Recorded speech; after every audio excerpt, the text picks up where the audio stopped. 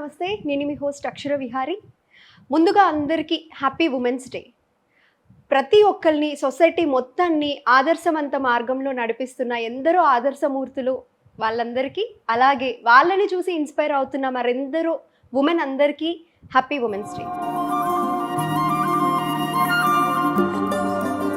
ఈరోజు మనతో పాటు స్టూడియోలో ప్రముఖ సైకాలజిస్ట్, ఉమెన్ ఎంపవర్మెంట్ యాక్టివిస్ట్, అలాగే వారధి సేవా సంస్థ చైర్మన్ అర్చన ఆచార్య గారు ఉన్నారు. మ్యామ్తో మాట్లాడదాం. నమస్తే మ్యామ్. నమస్తే అండి. Happy women's day. మీకు కూడా happy women's day. Thank you so much ma'am. Live in relationship గురించి కాసేపు మాట్లాడుకుందాం. యాక్చువల్గా నా ఒపీనియన్ ఏంటి అంటే, ఎందుకు అంటే నేను మంచి లైవ్ ఎగ్జాంపులే చెప్తాను. మా బ్రదర్ వాళ్ళ ఫ్రెండ్స్ ఉన్నారు, ఇద్దరు ఫ్రెండ్స్. అయితే వాళ్ళు 2 yearsగా లివ్ ఇన్ రిలేషన్షిప్లో ఉన్నారు, ఒక అమ్మాయి ఒక అబ్బాయి. 2 yearsగా లివ్ ఇన్ రిలేషన్షిప్లో ఉండి ఆ తర్వాత వాళ్ళు మ్యారీడ్ లైఫ్ అనమాట, మ్యారేజ్ చేసుకున్నారు. ఇప్పుడు 4 years అవుతుంది, హ్యాపీ మ్యారీడ్ లైఫ్లో ఉన్నారు. అయితే ఇది చూసి అండ్ వాళ్ళు ఇన్స్పైర్ అయింది కూడా ఇట్లాంటి లివ్ ఇన్ రిలేషన్షిప్ కపుల్స్ని చూసే.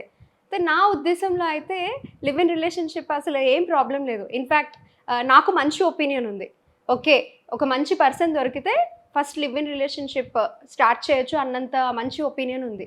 బట్ స్టిల్ అది మన కల్చర్ కాదు, బయట నుంచి అడాప్ట్ చేసుకున్న కల్చర్. కాబట్టి ఇప్పుడు ఈ సొసైటీలో చాలామందికి క్వశ్చన్స్ ఉంటాయి. అండ్ మనం అనుకున్నట్టు ఒక కేసు చూసాం, లివ్ ఇన్ రిలేషన్షిప్లో ఉన్న ఒక అబ్బాయి అమ్మాయి ఆ అమ్మాయిని చంపేసి ఉన్నాడు అని.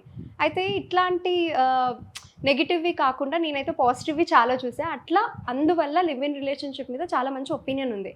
అయితే ఇందులో ఉమెన్ స్పెషల్గా ఫేస్ చేసే ప్రాబ్లం ఎట్లా ఉంది అంటారు? మీకు చాలా కేసెస్ వస్తూ ఉంటాయి, ఏం చెప్తారు? అక్షర, ఒక వెరీ ఇంపార్టెంట్ క్వశ్చన్ అడిగావు.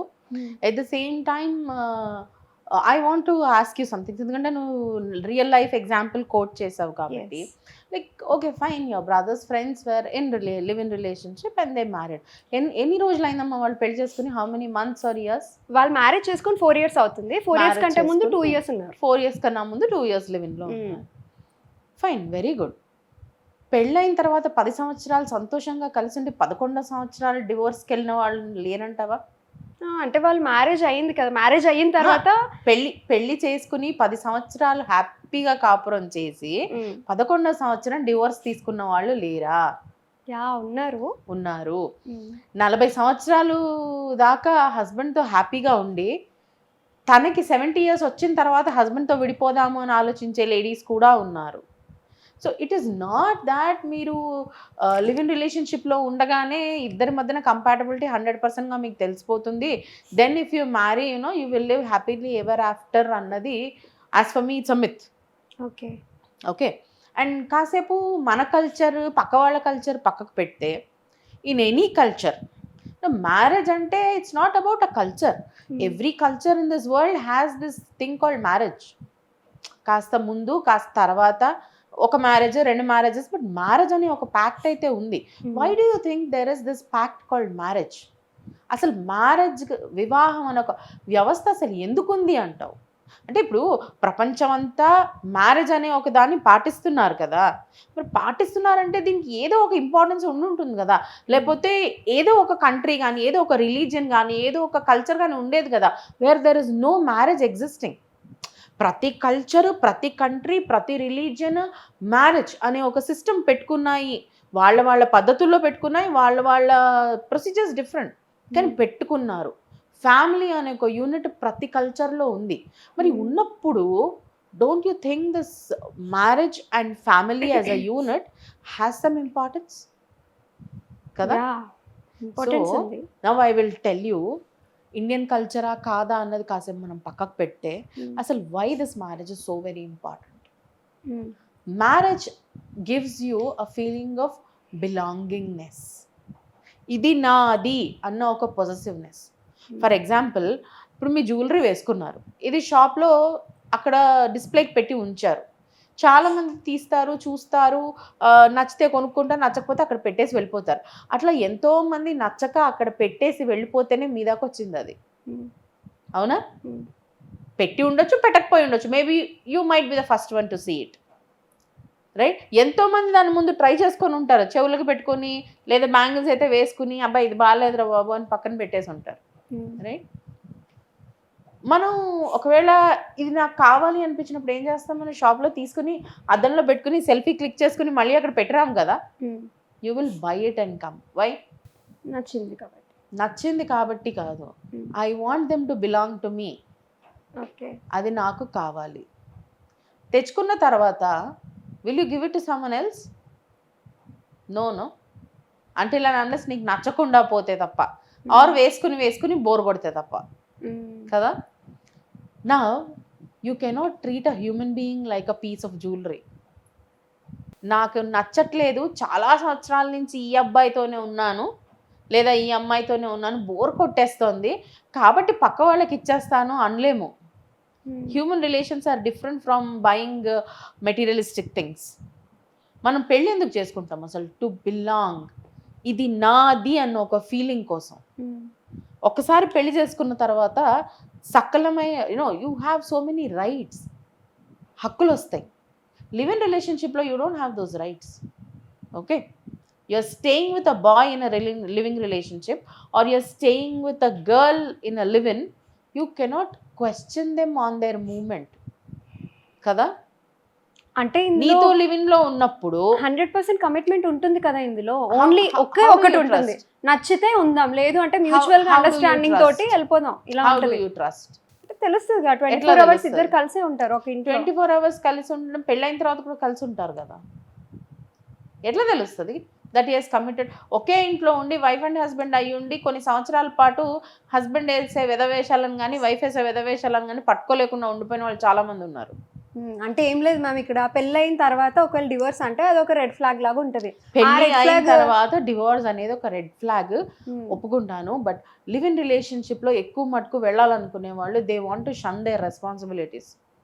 లివ్ ఇన్ లో ఉన్నది పెళ్లిలో లేనిది ఏమీ లేదు, కానీ లివ్ ఇన్ లో లేనిది పెళ్లిలో ఉన్నది ఒకటే రెస్పాన్సిబిలిటీ, బాధ్యత. లివ్ ఇన్ లో ఉంటావు, నీకు బాధ్యతలు ఉంటాయమ్మా. ఇప్పుడు మీ ఫ్రెండ్స్ ఎప్పుడైతే లివ్ ఇన్ లో ఉన్నారో ఒకళ్ళ పట్ల ఒకళ్ళకి బాధ్యతలు ఉన్నాయా? అంటే ఈ అబ్బాయికి సడన్గా ఓ యాక్సిడెంట్ అయింది అనుకుందాం, లేదా అమ్మాయికి చాలా సివియర్ హెల్త్ పాడైంది అనుకుందాం, ఫీవర్ వచ్చింది, ఏదో అయింది, వాళ్ళకి బాధ్యతలు ఉంటాయి. Will they take care of the other person? అంటే ఒకవేళ రెస్పాన్సిబిలిటీ ఉండి తీసుకోవాలనుకున్న వాళ్ళ పేరెంట్స్ అనుకున్న వాళ్ళు మాత్రమే తీసుకుంటారు. నాకెందుకులే ఈ బాధ్యతలు అనుకున్న వాళ్ళు తీసుకోరు. అదే పెళ్ళి అన్నది చేసుకున్న తర్వాత నీకు నచ్చినా నచ్చకున్నా పెళ్ళి అనే ఒక ప్యాక్ట్తో పాటు బాధ్యతలు వస్తాయి. You have to take care of the other person, good or bad. ఇప్పుడు లివిన్లో ఉన్నప్పుడు సడన్గా ఇప్పుడు ఫర్ ఎగ్జాంపుల్ నువ్వు ఇలా ఉన్నావు, in case if you were in a live in, సడన్గా if you get bloated up, ఓ 10 కిలోలు పెరిగిపోయినావు అనుకో, he might not like you, right? And then he say I don't want to live with you. అప్పుడు నీకేమన్నా రైట్స్ ఉన్నాయా? For such a simple reason, if somebody wants to leave you, లేవు. As a female, as a male అసలు ఎవరికి rights లేవు ఇక్కడ. So he can say, ఛీ అక్షర ఏంట్రా అసలు బాగా కనిపించట్లేదు, స్మార్ట్గా ఉందనే కదా నేను నచ్చని అమ్మాయిని, ఈ అమ్మాయి ఏంటి ఇట్లా పిప్పల బస్తాలాగా ఊరిపోయింది, I don't want to stay with her అని he can just leave you and get off. Somebody can leave me also and get off if you're in live in. అడిగే హక్కు మనకు లేదు. నచ్చావు కాబట్టి ఉన్నాను, నచ్చలేదు కాబట్టి వెళ్ళిపోతున్నాను అంటారు, రైట్? అదే మ్యారేజ్కి వస్తే ఆ ప్రసక్తి లేదు.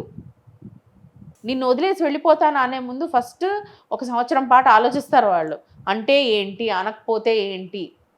కానీ నా డౌట్ ఏంటంటే, ఇప్పుడు ఈ ప్రెసెంట్ డే ఇప్పుడు లివ్ ఇన్ రిలేషన్షిప్లో రెస్పాన్సిబిలిటీ లేదు అంటున్నారు. ఇప్పుడు చాలా మంది ఈ రోజుల్లో పెళ్ళైన వాళ్ళు డివోర్స్ తీసుకుంటున్నారు కదా, నచ్చుతూ ఉంటున్నారు, లేకపోతే డివోర్స్ తీసేసుకుంటారు. Divorce is a process. Do you think divorce is so easy? No, it's not. It's not easy. It's not easy. Divorce is a process. కొన్నిసార్లు డివోర్స్ రావడానికి సంవత్సరాలు పడుతుంది.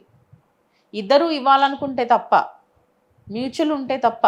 మ్యూచువల్లో కూడా చాలా క్లాసెస్ ఉంటాయి కదా, మెయింటెనెన్స్ ఇవ్వాలి, అమ్మాయికి మెయింటెనెన్స్ ఇవ్వాలి. అండ్ లివ్-ఇన్లో in case if you have a child, ఇప్పుడు రీసెంట్గా మనకి కొన్ని గవర్నమెంట్స్ స్టార్ట్ చేసి, already Uttar Pradesh government has told that if you want to stay in a live in, you have to register your relationship. You have to tell the government that we both are staying together. Otherwise, it will be considered as an illegal stay together. అంటే ma'am registration చేయించుకుంటే ఇంట్లో parents కూడా తెలుస్తుందా? తెలుసుకోవాలనుకుంటే తెలుస్తుంది. అంటే పేరెంట్స్‌కి తెలియకుండా దొంగతనంగా ఎందుకు ఉండాలనుకుంటారు అసలు ఫస్ట్ ఆఫ్ ఆల్? అంటే అలా ఉంటున్నారు లివ్ ఇన్ రిలేషన్‌షిప్ అసలు అలా అంటే. ఈ ఎందుకు ఉండాలి? నేను రిజిస్ట్రేషన్ అడుగుతున్నాను. When you want to stay together why are you not dare enough to tell everybody we are staying together? No don't you think it is very absurd? Very very absurd. I saw this web series. Jayalalitha web series Ramyakrishna act చేసింది అందులో. నేను చూసాను. So one particular boyfriends of Jayalalitha, he wants to be close with her, he is close with her, కానీ పబ్లిక్కి నేను చెప్పలేను that we both are in relation అంటాడు. Then she says if you cannot tell the public that we both are in relation, I don't want such relationship with you అంటుంది. కరెక్టే. So, when you are in a relationship, when you want to stay together as a live-in, why can't you tell it to the public? Why can't you tell it to your own parents? Now, when you feel, ఎప్పుడు చెప్పము మనము పేరెంట్స్కి కానీ వేరే వాళ్ళకి కానీ మేము ఈ పని చేస్తున్నామని, when you feel that work is wrong. మరి అంటే తప్పు అనుకున్నప్పుడు చెప్పచ్చు కదా అందరికీ. What if this goes wrong అని అనిపించి చెప్పరేమో అని. What if this goes wrong? Yes, there is always a clash, what if this goes wrong. అంటే ఒకవేళ ఓకే అయితే చెప్పచ్చు, కానీ ఒకవేళ ఇది రాంగ్ వేలో వెళ్తుంది అంటే చెప్పకపోవడమే మంచిది కదా అని చెప్పరు. చెప్పకపోవడం చీటింగ్ అవ్వదా?